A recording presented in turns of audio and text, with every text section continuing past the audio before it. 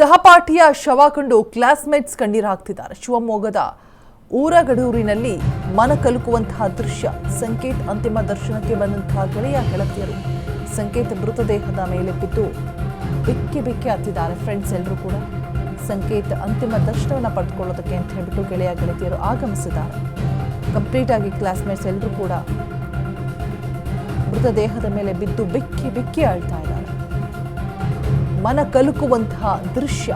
ಶಿವಮೊಗ್ಗದ ಊರಗಡೂರಿನಲ್ಲಿ ನಡೆದಿರುವಂತಹ ಘಟನೆ ಕೋಮು ಗಲಭೆಯನ್ನ ಸೃಷ್ಟಿ ಮಾಡ್ತಾ ಇದೆ. ಅದರ ಮಧ್ಯೆ ಸಹಪಾಠಿಯ ಶವವನ್ನ ಕಂಡು ಕ್ಲಾಸ್ಮೇಟ್ಸ್ ಕಣ್ಣೀರನ್ನ ಇಡ್ತಾ ಇದ್ದಾರೆ.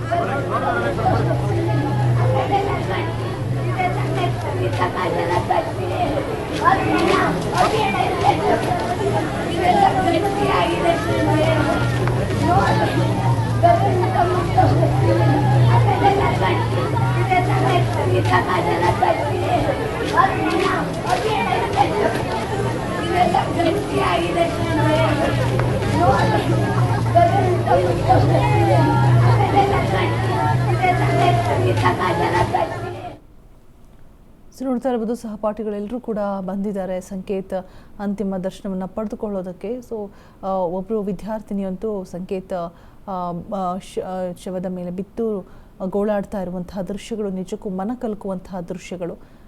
ಇನ್ನೊಂದು ಕಡೆ ಎಲ್ಲ ಸಹಪಾಠಿಗಳು ಕೂಡ ಆಗಮಿಸ್ತಾ ಇರುವಂತಹ ದೃಶ್ಯಗಳು. ಜೊತೆಲೇ ಇದ್ದವರು ಒಂದು ಸ್ಪೆಷಲ್ ಕ್ಲಾಸನ್ನು ಮುಗಿಸ್ಕೊಂಡು ವಾಪಸ್ ಆಗಿ ಮನೆಗೆ ತೆರಳುತ್ತಾರೆ, ಪುನಃ ಶಾಲೆಗೆ ಬರ್ತಾರೆ ಅನ್ನುವಂಥವ್ರು ಯಾರ್ದೋ ಗಲಾಟೆ ನಡೀತಾ ಇರುತ್ತೆ, ಅಲ್ಲಿ ಹೋಗಿ ಈ ರೀತಿಯಾದಂತಹ ಆ ಪರಿಸ್ಥಿತಿಯನ್ನು ತಂದುಕೊಂಡಿರುವಂಥದ್ದು ನಿಜಕ್ಕೂ ಆಘಾತಕಾರಿಯಾದಂತಹ ವಿಚಾರ, ಬೇಸರದ ಸಂಗತಿ. ಕೋಮು ಗಲಭೆಯನ್ನು ಕೂಡ ಈ ಒಂದು ಸಂಕೇತ್ನ ಸಾವು ಪಡೆದುಕೊಳ್ತಾ ಇದೆ. ಲಾಗ್ತಾ ಇದ್ದಂತಹ ಗಲಾಟೆಯ ಮಧ್ಯೆ ಇವ್ರು ಯಾಕೆ ಹೋದ್ರು, ಅಟ್ಲೀಸ್ಟ್ ಸ್ಪೆಷಲ್ ಕ್ಲಾಸನ್ನು ಮುಗಿಸ್ಕೊಂಡು ತಾನಾಯ್ತು ಅನ್ನೋ ಪಾಡಾಯ್ತು ಅಂತ ಮನೆಗೆ ಬಂದಿದ್ದಿದ್ರೆ ಇವತ್ತು ಸಂಕೇತ್ ಬದುಕುಳಿತಾ ಇದ್ರು.